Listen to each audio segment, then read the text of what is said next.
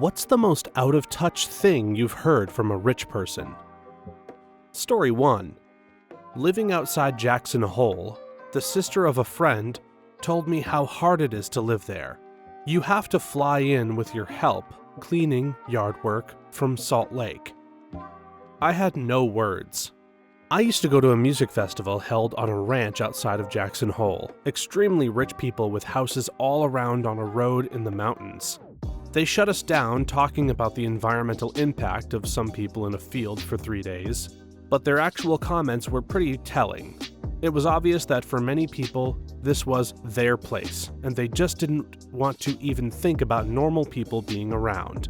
I had just been living right next to a bus stop where people were often sitting on my porch waiting and were always standing around in front of my house, so I had very little sympathy. It was so obvious that a lot of these people just wanted to live cushy lives and never see a stranger, and thought that they were entitled to that, even though we were ourselves traveling on public roads and having the event on private property. The funniest moment was when somebody expressed concern for the possibility that one of the shuttles could hit an elk, which hadn't happened but was part of her argument. Then she alluded to her having hit elk in the past, and what a pain it is to buff and clean the truck afterward. There's an excellent book called Billionaire Wilderness by Justin Farrell about this. My grandma cleaned houses for people in rich neighborhoods in LA, i.e. Beverly Hills. And they'd follow her around, talking to her the whole time. Good thing she's a chatty person. And then even more weird is they'd occasionally invite our family over for dinner, and my grandma would politely decline. I remember watching Mr. Rogers on a TV the size of a wall in their house when I was small, and my grandma sometimes brought me with her. Then after my mom divorced, she briefly cleaned houses too, and there was this young rich trophy wife whose husband was always away on business, and she was incredibly bored and took a great liking to my mom. She would invite us over for the weekend to stay at her big house and swim in her pool. This was in the 80s, and she had a video telephone to chat with her family, and we were amazed. But looking back, these people were really lonely. My friend's parents ran a taxi service near Jackson. I worked for them picking up delayed luggage from the airport and delivering it to the owners all over the area. Most of the time, the destination was Jackson Hole. This was before GPS, so I had to MapQuest the addresses. One delivery was technically off of Highway 191. That's where the driveway started. Their goddamn driveway seemed like it was a mile long. I pull up to this 3-story log mansion and carry the luggage up to the doors. The doors look to be 10-foot solid wood French doors. Lady opens up the door and the entrance has twin staircases going up to the second floor, and a giant chandelier. She grabs the luggage and shuts the door without saying a word. Had to knock again because I needed a signature. This time she cracks the door and I say I need a signature. She sighs very loudly and grabs the pen and paper, then shuts the door again. After 15 minutes, she comes back and hands me the paper, but no pen. I really liked that pen, so I asked for it back. Another loud sigh and 15 minutes, and I have my pen back. Story 2. A coworker asked me what bank I used for my safe deposit box. I said I didn't have a safe deposit box. She said, "But where do you keep your jewels then?" Well, you should have a safe deposit box, or at least a fireproof safe. I don't know how much it costs to get one at a bank, but a fireproof safe you can get at Walmart for pretty cheap. And everybody has something that's valuable to put in there. If nothing else, your freaking birth certificate and stuff. Can't support this enough, honestly. Most people have more official paper or otherwise fragile things that are not valuable in a currency sense, but rather are invaluable in a capacity of some nature than they realize at a moment's thought. As mentioned, birth certificates, also things such as tax forms, correspondence with anyone resembling a legal entity, financial records if you keep physical items like receipts or purchase orders, etc. Basically, if you could reasonably fit it in a manila envelope, and you can envision a logical reason you may wish you had it in the future, stick it on in there and keep it safe. I feel like this can be an older generation thing, regardless of socioeconomic status. Many older women I know who are not wealthy or even financially secure have precious or expensive jewelry that was passed down to them, and nowhere else to keep it, where they feel it's truly safe. So why not the bank? They'll often keep certain very important papers in the safety deposit box as well. The only thing I can think of that would make me not call this out of touch would be if they were South Asian. Many South Asians get safety deposit boxes for their gold and jewelry that is purchased, gifted, passed down during their wedding. Without additional context, I would consider this an honest question.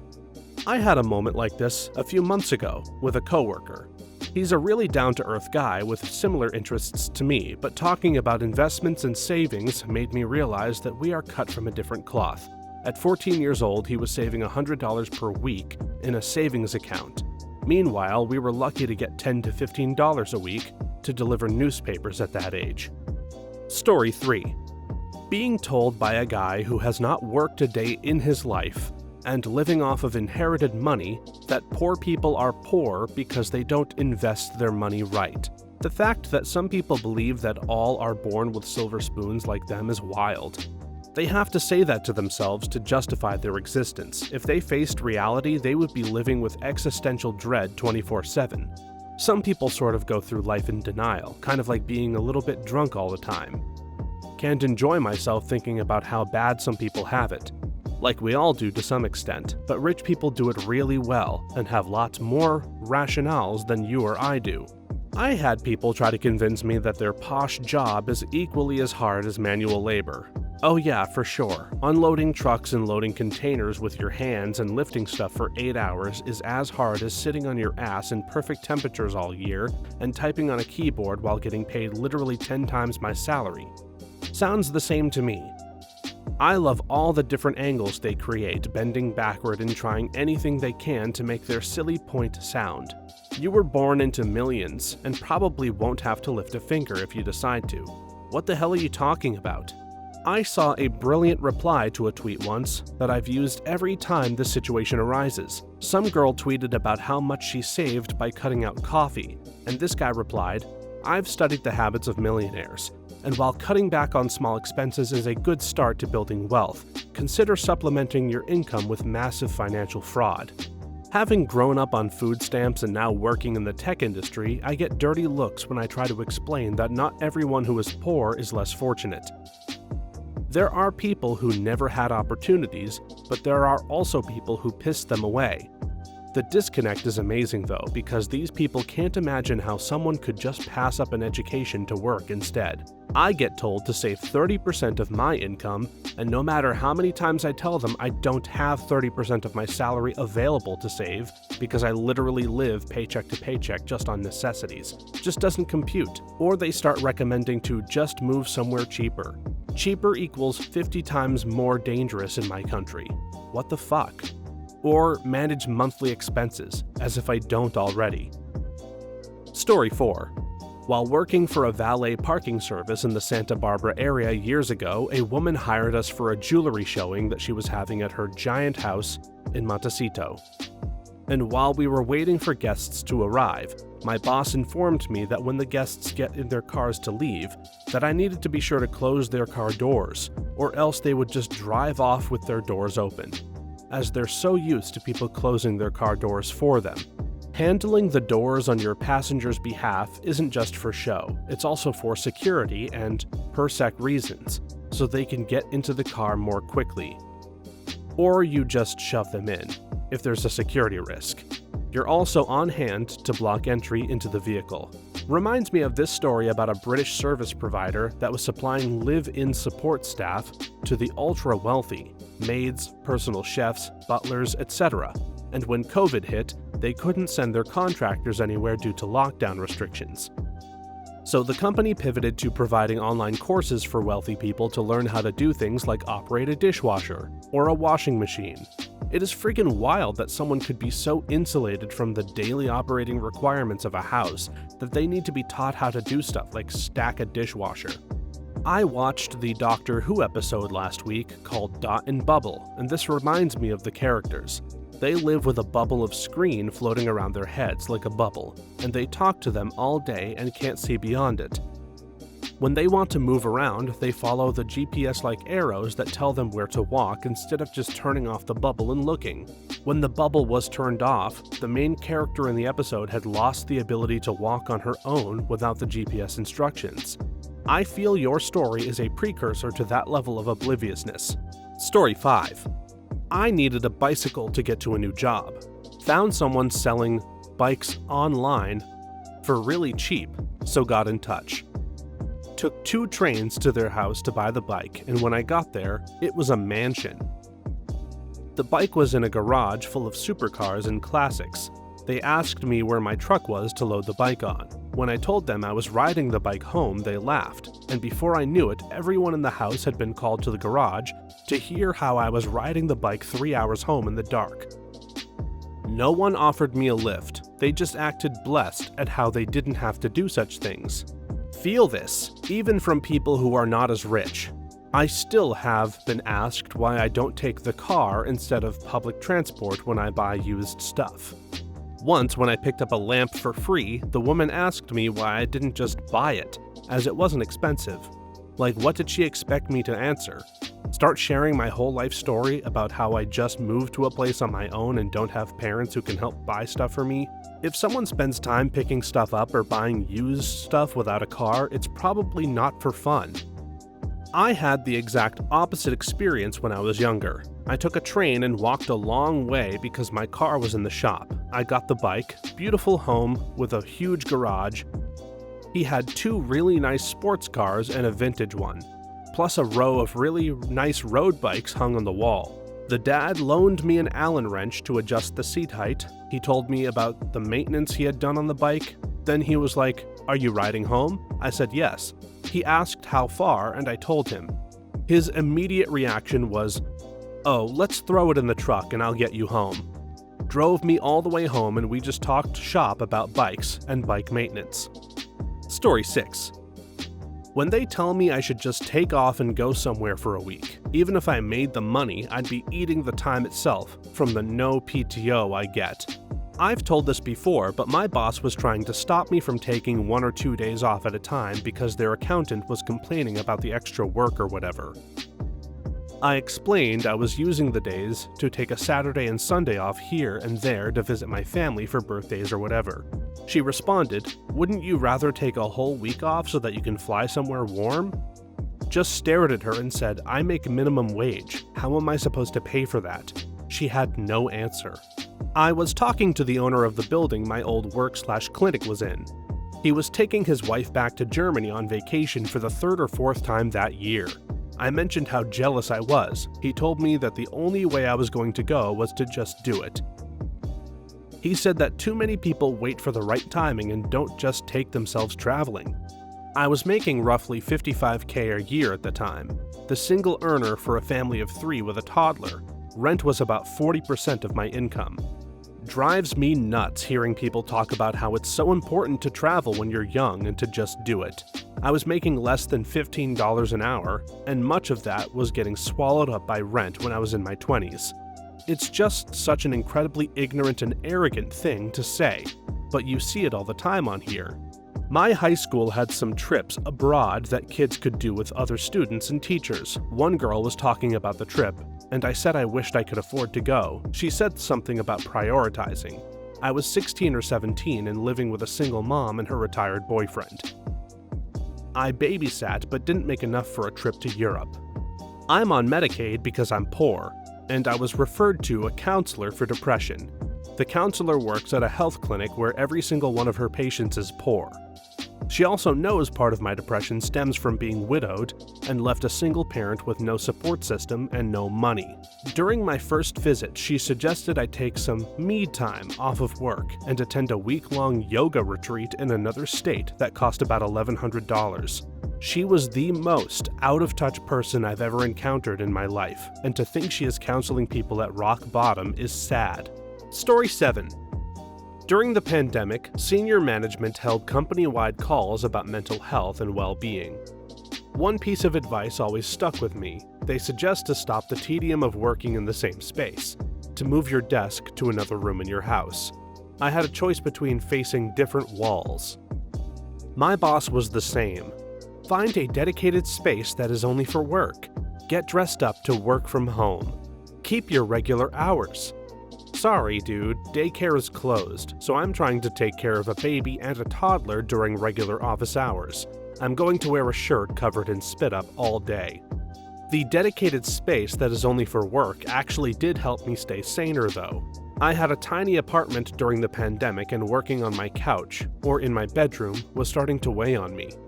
The only unused space was this little corner of my kitchen, but I made it cute.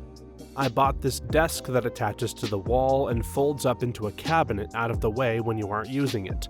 Put a curtain up to give visual separation from the small kitchen table that was a foot away, and added a wall sconce. For a couple of $100 that I was fortunate enough to be able to spare, I suddenly had somewhere that was more conducive to working. I work in my bedroom so that I can use my PC and my work laptop simultaneously. That was one thing that has saved my sanity more than anything else. Just being able to watch YouTube while I work or browse Reddit when I have some downtime is a lifesaver. I just can't sit in an office all day with no stimulation but work. It drives me loco.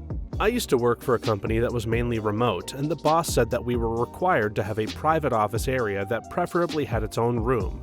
And if we really couldn't swing a private in-home office, our work area definitely couldn't be in a bedroom or something, because it's important to have a separate room/space that's only dedicated to work. And it would be so inappropriate to be able to see a bed or something in the background of Zoom videos. I was so confused. They know how much they were paid though, right? And do they know how much the rent is?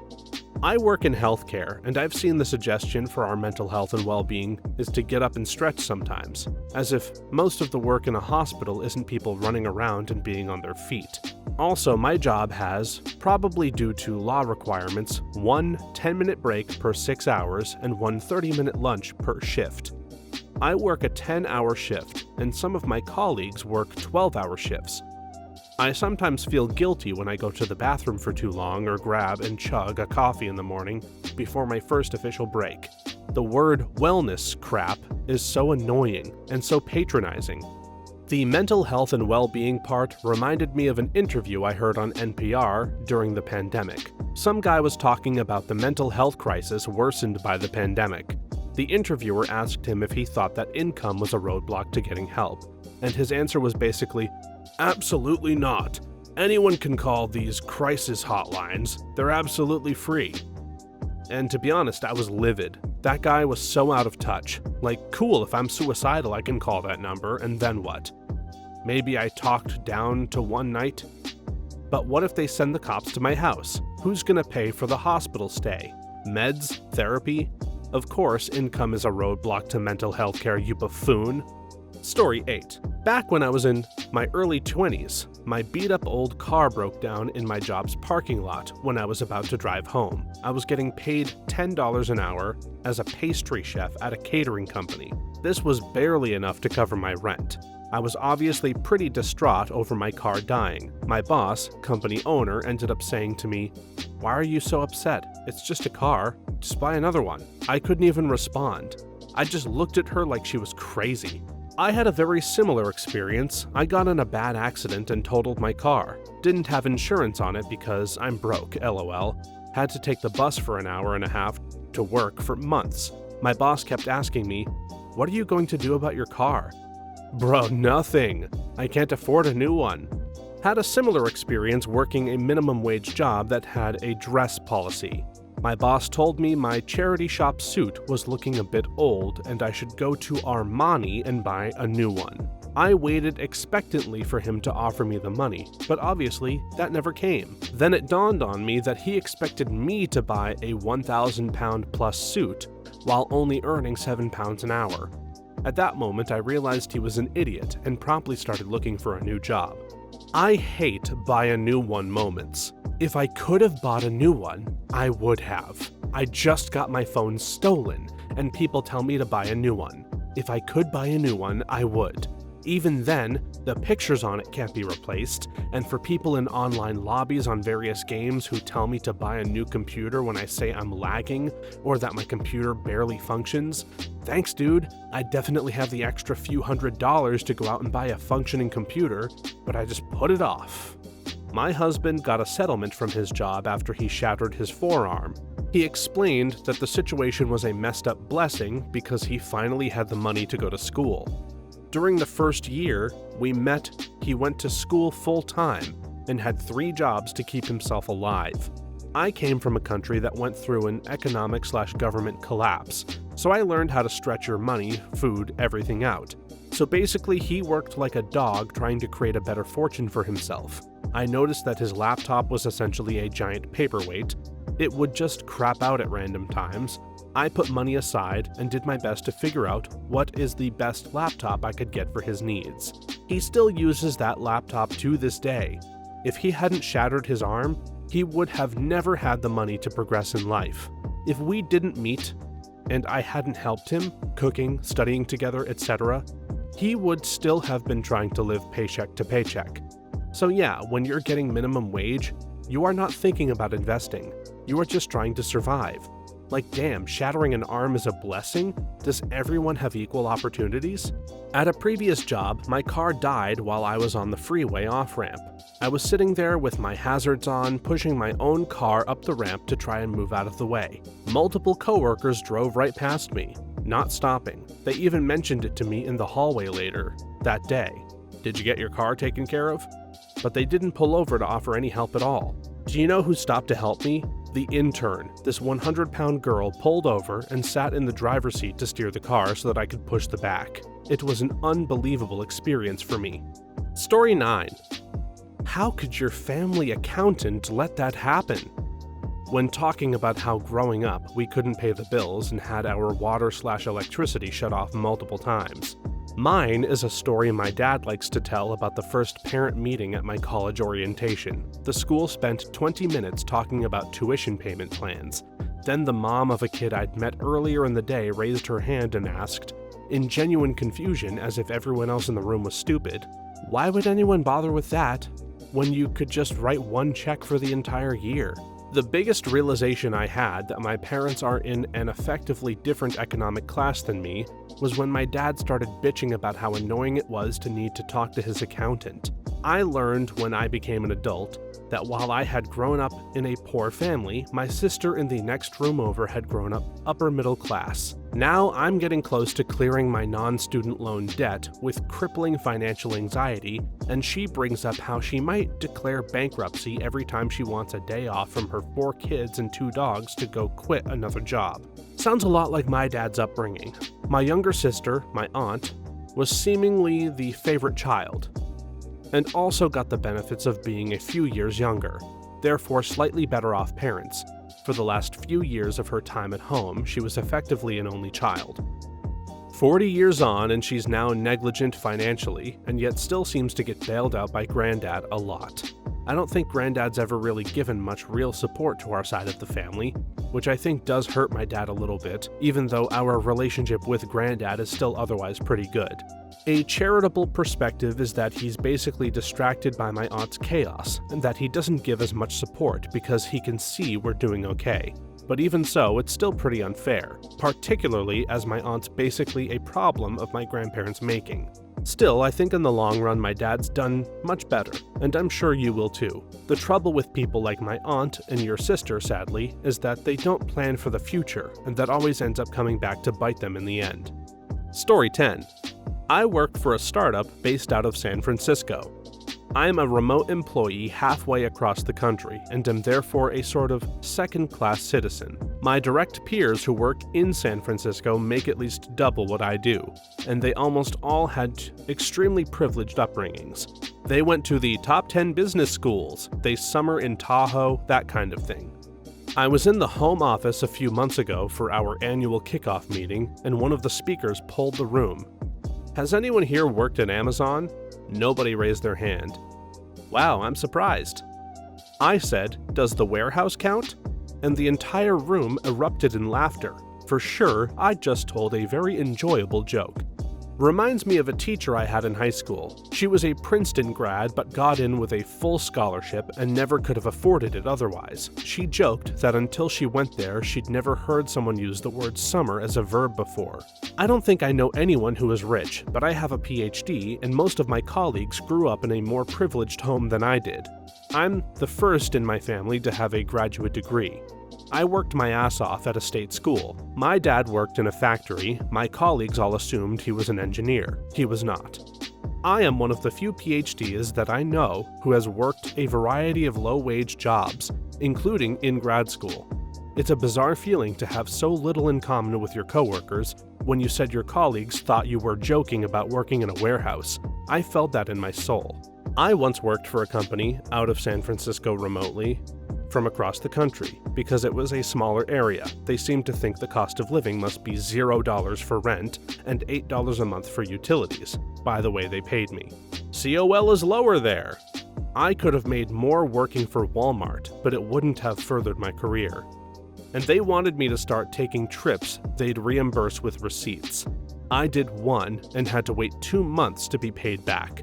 I finally had to say, hey, I don't make enough to front any more of my travels, so... They acted like that was wild. Y'all were all born wealthy. I'm buying gas with a credit card until payday. At least I got a company card, so I didn't have to fully panic in unfamiliar places anymore. This hits deep. I grew up as poor as you can get in actual first world slums where police didn't respond to calls after dark. 7 of us living in a 500 square foot roach-infested hole didn't have a bed or even a bedroom until I left home at 17. Just a sleeping bag in the corner of the living room. 1 meal a day of beans and rice if we were lucky. Water and ketchup, mayo, mustard packets if we weren't. If you don't come from that kind of life, it's hard to wrap your mind around it. I didn't have the option to finish high school. Had to quit at the end of 9th grade, US, to work full-time after my stepdad and sole earner went to prison. No degree, no diploma, no experience, and no options mean you are working the lowest paid jobs and so many hours to make rent, it becomes nearly impossible to better yourself. Met my wife in 2003, and we lived the struggle together for 4 to 5 years before we both just said screw it and went balls to the wall in college. Spending 75 to 100 hours a week out of the house at work or class for a few years, but we did what we needed to do to get the hell out. My wife got into med school, and I was still working and getting my bachelor's when there was a dinner for new med students and their families. It blew these young 20-somethings' minds that someone worked retail/warehouse jobs in their 30s. One girl, Morgan, a member of my wife's cohort, asked me, and I quote because I will never forget it as long as I live, "Is that like life experience or something?" No, Morgan, I am trying to keep the electricity on and pay rent. It blew my mind that people still in this day and age don't understand how the world actually works. This was much longer than I intended it to be, but the full context felt important. I'm in my early 40s now and live a very comfortable life, but I know what it's like to be poor, and I'll be damned if I ever forget the struggle so many people go through just to keep their head above water. Story 11. If you can't afford childcare, just hire a nanny. We love ours. I hear this kind of thing so often on Reddit, it's mind-blowing. Just hire a nanny. Just hire a doula. Oh, and make sure to hire a backup just in case. Just hire a night nanny a couple nights a week. Like, yeah, you're right. This parenting thing would be way easier if I could just hire a series of people to do it for me. Granted, at least one of them elaborated they weren't from the US, and anyone in their country rich enough to own a computer had hired help. But that's mind-blowing in its own way. I grew up in Chile, and had nannies growing up, and so did everyone else that I went to school with. Then I moved to Canada, and it wasn't a thing at all. That was the first time I ever had to clean my own room and help around with dishes. It's hard where wage slavery is frowned upon. In the Philippines, it's affordable even if you pay your nanny properly. Many families will have one member working abroad or with an online job for a foreign company, and that's enough to pay for a live-in nanny or two. We have a cleaning lady that only comes in 3 times a week for a few hours, and she earns more than people working as full-time cashiers at big supermarkets. She's been with us for a few months and is using the money to build a house for her family. I'm from Jamaica, and at least into the 2000s a part-time helper after a new baby was affordable enough to be common from solidly working class on up. Not necessarily a permanent live-in au pair who speaks multiple languages, makes organic snacks, and smells like Edelweiss. At least not the families we knew, but someone to help. Just for a while, often to just do 1 or 2 things like laundry or cooking, for reasonably working class pay. Solidly working class for stuff like night duty. Again, you might hire for 1 or 2 nights a week. For say 6 months. Definitely helpful, but not wildly luxurious. I remember being surprised when we came to the US. The whole concept is different. Here, it's more all-encompassing, not so a la carte. The cost is way higher, and the employer-slash-employee relationship is much ickier. I think because the class divide is so much larger. Story 12. Rishi Sunak, British Prime Minister for the moment, is stinking rich and grew up in a pretty affluent family. Went to a leading private school, Winchester, and Oxford. During the interview rounds in the current election campaign, he was pressed by an interviewer about whether his family had ever had to give anything up. After much umming and ahhing, the only thing he could come up with was Sky TV, a British satellite TV service. He was lampooned for days about that one. He really is a colossal twat. It's fascinating that he didn't realize that it would have been so much better to just answer truthfully, and then frame it in some way that his wealth allows him to distance himself from corruption. Story 13. The, I want to say 12 or 13-year-old son of one of my clients literally expressed confusion to me when I asked them where I could get more paper towels from when they ran out in the washroom of one of his parents' however many million-dollar yachts. He said something like, "It's always there, what do you mean?" He was so disconnected from the process of, I guess, cleaning and restocking that he just thought that that stuff would always be there and never run out, lol. The look of genuine confusion on his face was just something else. That's not the first time I experienced that either. Talking to the kids of extremely wealthy people is always a trip. That doesn't even take that much money. I know people who barely qualify as upper middle class, and who have kids so sheltered from the concept of work that they as teenagers were amazed at a restaurant where you could see the kitchen. They had never stopped to think about how the food was cooked. That's exactly the same mentality my cats have of their food. It's always there. It always exists. Thanks for watching until the end. If you have a similar story to these that you would like to share with us, please leave it in the comments below. If you enjoyed this video, please leave us a like and subscribe. For more videos like this one right now, please stop by our channel. Thanks again, and see you next time!